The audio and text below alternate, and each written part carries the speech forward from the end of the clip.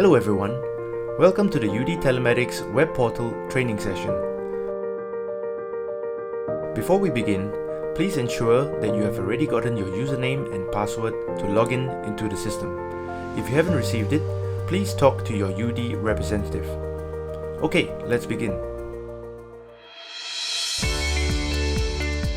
The easiest way to access the UD Telematics web portal is by clicking on the link in your welcome email when your account was set up.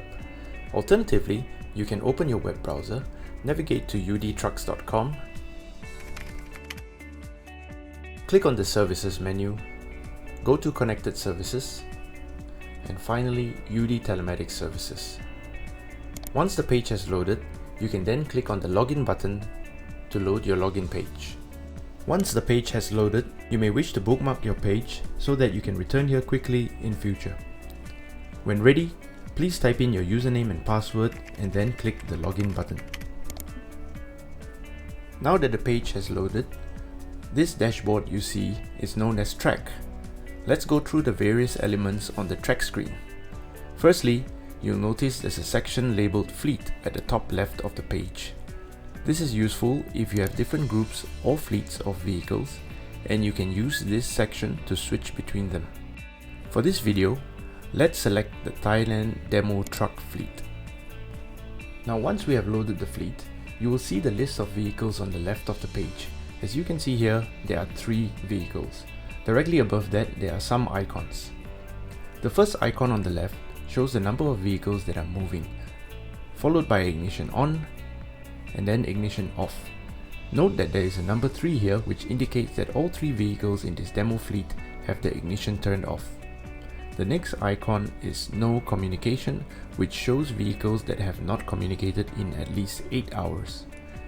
And finally, the last icon says No Data, which are vehicles that have been registered in the system but not fully activated yet. The search box here allows us to search for a particular vehicle by truck or vehicle ID if you have a large fleet. Now let's move over to the map. In the map, if you have a cluster of vehicles in close proximity, the system will group the vehicles together and show the number of vehicles in that area.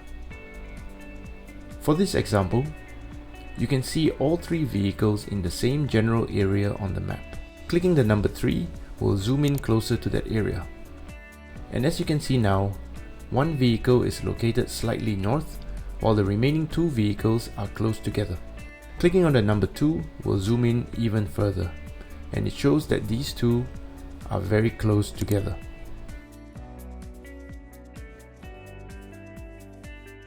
If you mouse over any of these vehicles on the map, you will see important information such as odometer reading, last reported speed, and last reported date and time. On the right of the screen, clicking on the full screen icon sets the map to full screen mode, which is important if you want to have this on an external display. Another icon on the right is the Reset Map button, which is useful if you want to zoom back out of the map. Alternatively, you can also use the plus and minus icons to zoom in and out one step at a time, which is also possible by scrolling your mouse wheel. Another icon that may be useful is Google Street View, which you can enable by dragging the yellow peg icon to the location that you want. This allows you to see the surrounding area as recorded by Google previously. Note that this only works if Google Street View is enabled in your country. To get out of Google Street View, click the refresh button near the top. Finally, there are additional map controls which allow you to see details on the map, such as the terrain, which you can toggle on and off, the satellite view with or without labels, and finally, the traffic view, which gives additional details of the traffic flow if applicable. Now let's switch back to map view. On the left-hand pane, if you click on a particular vehicle, the system will not only show you additional details of that vehicle, but also zoom into it on the map. The additional details shown here are the location of the vehicle, the altitude, latitude and longitude, last date and timestamp, the speed, odometer reading, fuel level, direction, engine hours, and the last event, which was ignition off in this example here. If you wanted to know where this vehicle has been previously, you can click on the Trace checkbox at the top. The drop-down menu on the right will allow you to choose different time frames, but for this example, let's choose a custom time. The custom time selection allows us to select a specific date and time frame to start and end the trace report. You can do so by clicking on the various buttons, or you can type the date and time directly into the text box. Once you are ready, click the Trace Route button. Once the trace has loaded, you'll notice a line indicating where the vehicle has traveled. You'll also notice some arrows which indicate which direction the vehicle was traveling. Putting your mouse cursor over any data point will show information about it, such as odometer, speed and date and timestamp. You can see another example here with a different timestamp. If you wish to export the trace as a report, you can click on one of these two icons for Excel or PDF. In the Reports section, there are 7 available reports. Let's quickly go through each one. The Fuel Utilization Report shows fuel consumption data in different vehicle modes, which is useful in analyzing potential areas of improvement.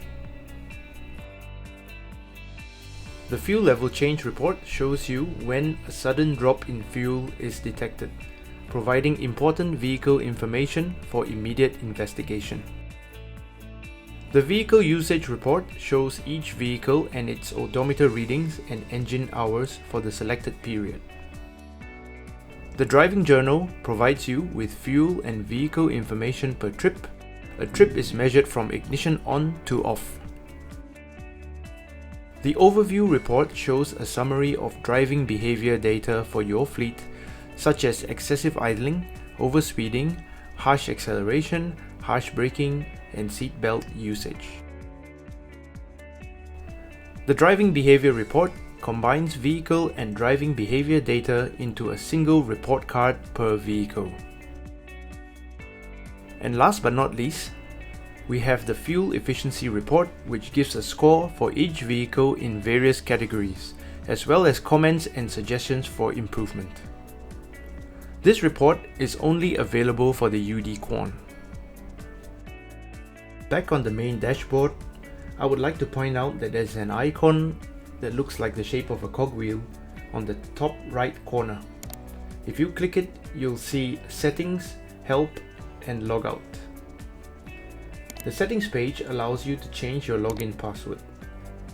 Clicking the Help menu will download a PDF user guide for UD Telematics, which details all features and reports, which is useful for reference.